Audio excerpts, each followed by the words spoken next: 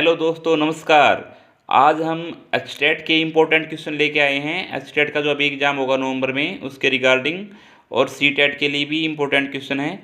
ये जो क्वेश्चन मैं सीरीज़ लेके आया हूँ, इसमें क्या है कि ये जो क्वेश्चन है हर एक एग्ज़ाम में किसी न किसी एग्ज़ाम में पूछे गए हैं, या सीटेट में, DSSS में, रीट में, या एचटेट में किसी न किसी एग्ज़ाम में पूछे गए हैं ये। तो ज़्यादा टाइम ना लेते हुए इसको हम स्टार्ट करते हैं। फर्स्ट क्वेश्चन है कि मनोविज्ञान की परिभाषित करता है। मनोविज्ञान जो हो किसको परिभाषित करता है भाई? पशुओं के बारे में सैद्धांतिक शिक्षण करता है, या फिर ये जीवों के खुद के व्यवहार के बारे में नियंत्रण करने का विज्ञान है, या पशुओं या मानव के बारे में है, या मानव व्यवहार का विज्ञान है? तो ये हमारे पास आएगा कि इसमें राइट आंसर मिलेगा मानव व्यवहार का विज्ञान। मानव व्यवहार का विज्ञान क्या होगा? इसका राइट आंसर होगा भाई, डी ऑप्शन इसे राइट होगा।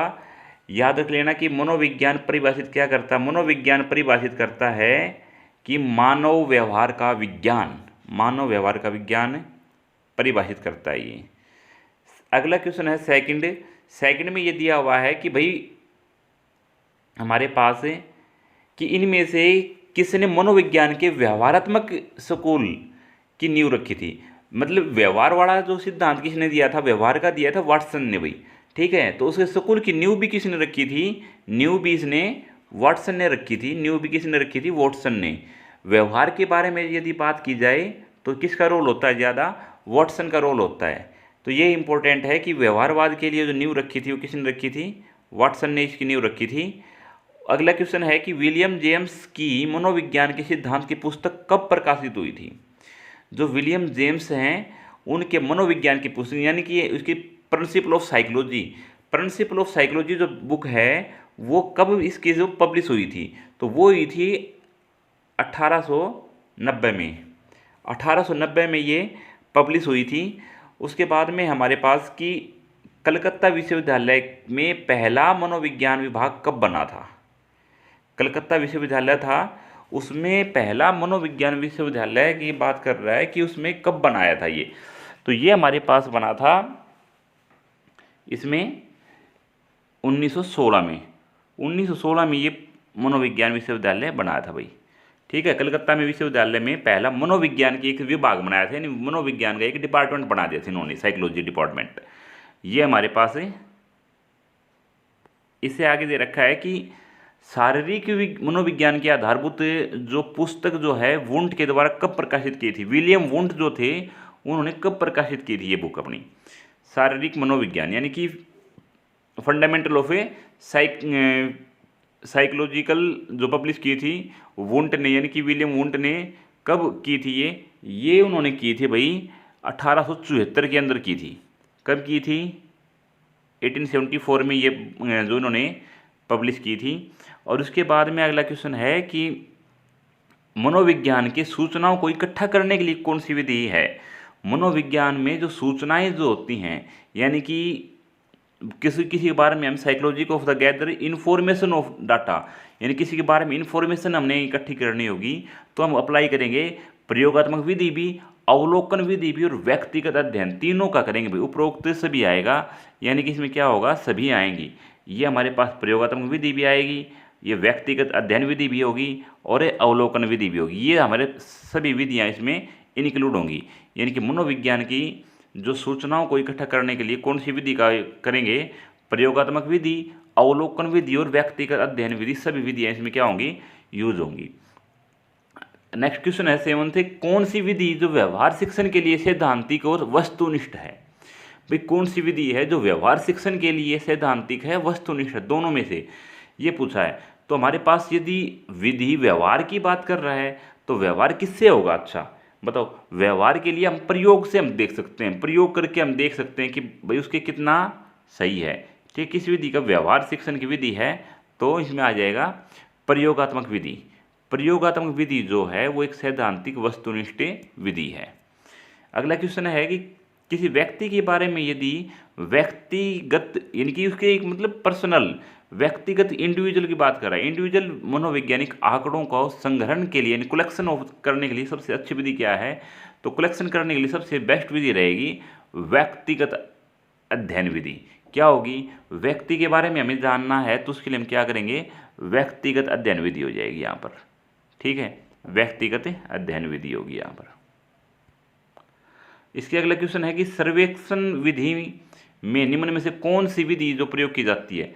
सर्वेक्षण विधि की बात करें तो सर्वेक्षण विधि में कौन सी विधि प्रयोग की जाती है, तो सर्वेक्षण करना, हमें किसी चीज़ का सर्वे करना है तो उसमें कौन सी विधि यूज होगी, ये सभी हो जाती हैं, यानी कि प्रश्नोत्तर विधि भी और रेटिंग स्केल भी और साक्षात्कार भी, तीनों विधियाँ जो है ना उसके लिए इम्पोर्टेंट होंगी।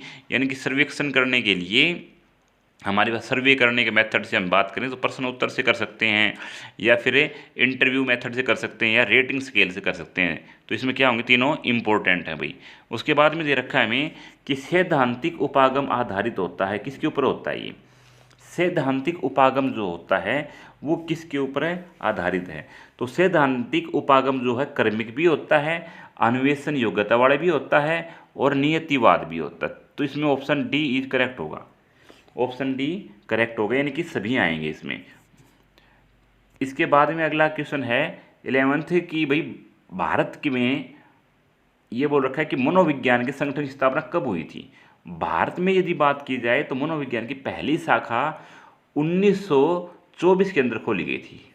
1924 में मनोविज्ञान की संगठन की पहली स्थापना जो 1924 में हुई थी। फिर उसके बाद में science of behaviour book written किसने लिखी थी, कब ये लिखी थी भाई, साइंस ऑफ बिहेवियर बुक जो है ये स्किनर के द्वारा लिखी गई थी, स्किनर ने लिखी थी ये बुक, साइंस ऑफ बिहेवियर। ठीक है, साइंस ऑफ बिहेवियर किसने लिखी थी, स्किनर ने। उसके बाद में है science of human behaviour book जो स्किनर की है।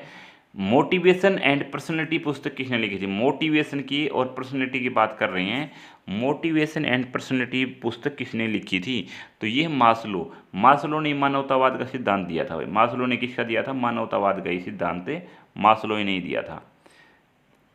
नेशनल एकेडमी ऑफ साइकोलॉजी की स्थापना कब हुई थी, तो नेशनल एकेडमी ऑफ साइकोलॉजी की स्थापना की बात करें तो इसकी स्थापना हुई थी 89 में, यानी कि 1989 में इसकी स्थापना हुई थी, 1989 में नेशनल एकेडमी ऑफ साइकोलॉजी। ठीक है, इसके बाद में अगला क्वेश्चन है कि कल मैंने देखा कि रीता अपनी छोटी बहन से मामूली बात के ऊपर की हिंसक हो रही है। देखो अपनी हिंसक हो रही है, हिंसक का मतलब कुछ ना कुछ वो अपने गुस्सा व्यतीत कर रही है। ठीक है, तो उसमें क्या आएगा, कौन सा व्यवहार जो उसमें हो रहा है उसका, तो उसमें आ रहा है भाई मनोगतिक व्यवहार, यानी कि साइकोडायनेमिक अप्रोच, ये आएगा इसका करेक्ट आंसर। फिर उसके बाद में दे रखा है जब एक समान व्यक्तिगत समूह का एक समय अवधि में अध्ययन किया जाता है तो वह विधि क्या कहलाती है। जब एक समान यानी कि सेम ग्रुप के पर्सन होंगे और उनके इंडिविजुअल मतलब व्यक्तिगत समूह का एक समय के अंदर, एक समय अवधि के अंदर अध्ययन किया जाएगा तो वो क्या कहलाएगी, कलानुक्रमिक विधि। कौन सी विधि कहलाएगी, कलानुक्रमिक विधि कहलाएगी वो। ठीक है, तो इस टाइप से हम क्वेश्चन करेंगे और जो इम्पोर्टेंट क्वेश्चन है ये वही इनको करेंगे। फर्स्ट जो हमारे पास बेसिक जो साइकोलॉजी के बारे में है उनमें से इसी टाइप के क्वेश्चन हैं, इसी टाइप के क्वेश्चन पूछे जाते हैं उस चैप्टर से। आगे हम इसकी विधियाँ भी करेंगे, सिद्धांत भी करेंगे और एक एक विधि का अच्छे से उसमें प्रॉपर बनाएंगे, एक विधि के ऊपर या फिर एक सिद्धांत के ऊपर, ऐसे इसमें कंटिन्यू करेंगे। ठीक है।